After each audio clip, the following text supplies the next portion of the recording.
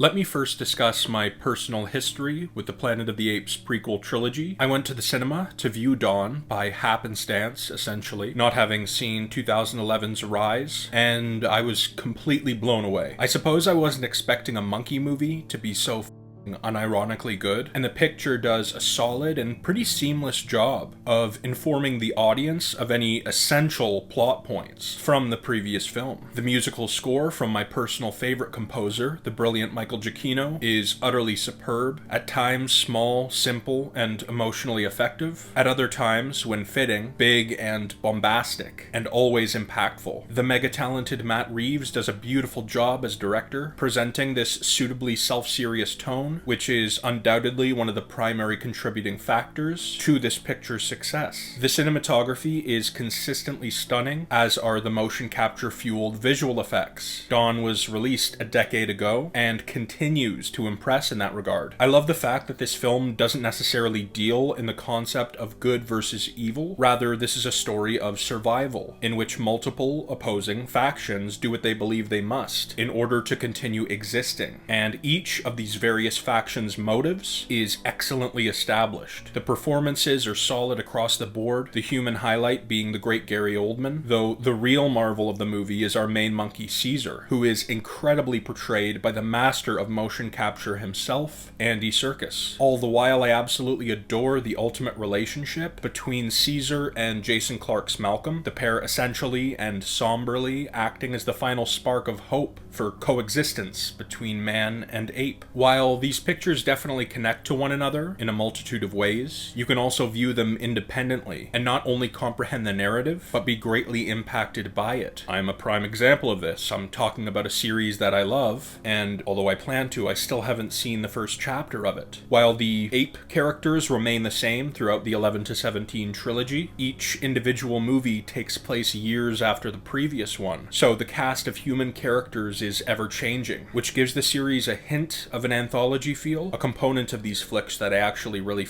dig. I strolled out of the cinema in the summer of 2017 after having first viewed War for the Planet of the Apes, and once again, I was blown away by a monkey movie. The direction, musical score, and cinematography continue to absolutely stun. In fact, the visuals are genuinely some of the most exceptional I've ever witnessed. They're so brilliant that, whilst viewing the picture, I'm not even cognizant of them as a technical, computer-generated medium. I'm just so engrossed by the seamless realism of it all. Andy Serkis is once again spectacular, whilst in the human department, Woody Harrelson is a wonderful cast addition. His Colonel character is cold, ruthless, brutal, and memorably hateable. War is darker than Dawn. It's grittier, heavier, and its ending, consisting of Caesar's death, is exceedingly emotionally impactful. In fact, for some time, I was satisfied with this epic series' conclusion. It's powerful and kind of hopeful. Then, when Kingdom was announced, I was reminded of the fact that the general premise behind this prequel tale is that these events occur prior to the planet being run by apes, so a follow-up film would be imminent. This reminder was initially instinctively a bit of a bummer to me, because I generally really appreciate finality when it comes to a film series, but since I've learned of the film's general premise and opened up my mind a bit in regard to this film's mere existence,